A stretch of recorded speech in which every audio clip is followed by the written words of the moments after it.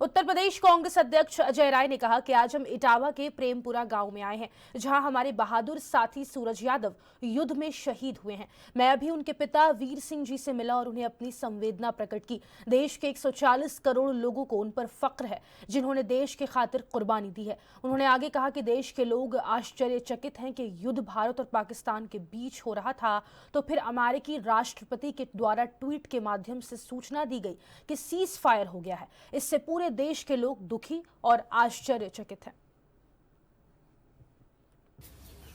आज हम सब लोग यहाँ इटावा के प्रेमपुरा गांव में आए हैं, जहां हमारे बहादुर, हमारा साथी, हमारा बहादुर भाई सूरज यादव इस युद्ध में शहीद हुआ है।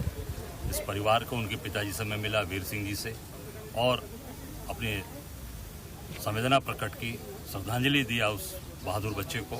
और निश्चित तौर से पूरे देश को, पूरे 140 करोड़ लोगों को अपने इस बच्चे पर नाज है कि जिसने देश की खातिर अपनी कुर्बानी दी है और अपने न्यौछावर किया है। राहुल गांधी जी और मल्लिकार्जुन खड़गे जी ने एक पत्र लिखा है, प्रधानमंत्री को विशेष सत्र बुलाने की मांग की है, क्योंकि जिस तरीके से डोनाल्ड ट्रंप ने युद्ध विराम की घोषणा की ट्वीट करके, कैसे ये पूरे देश के लोग बहुत हतप्रभ हैं और बहुत ही आश्चर्यचकित हैं कि युद्ध हमारे बीच, हिंदुस्तान और पाकिस्तान के बीच में हो रहा था, तो उसमें अमेरिका के राष्ट्रपति के द्वारा ये सूचना दी गई ट्वीट के माध्यम से कि ये सीज फायर हो गया।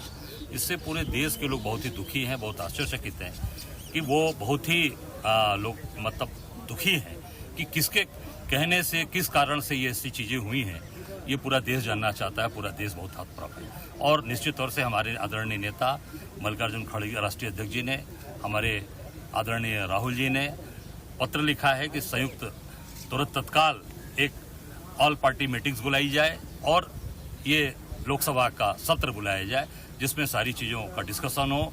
इसके पहले ऑल पार्टी मीटिंग्स में सारी डिस्कशन हुए, पर इस बार की जो सीज फायर हुआ उसमें किसी भी पार्टी, किसी दल के लोगों को ऑल पार्टी मीटिंग बुलाई ही नहीं गई। तत्काल इसको बुलाने की मांग की गई। हम लोग भी ये कहते हैं कि तत्काल ऑल पार्टी मीटिंग हो और लोकसभा का सत्र बुला के ये सारी बातों को सामने किया जाए कि हमारे देश का कितना, क्या क्या चीज़ें हुई, कितना आतंकवादी वहाँ पर कार्रवाइयाँ हुई, कितने हमारे देश के लोग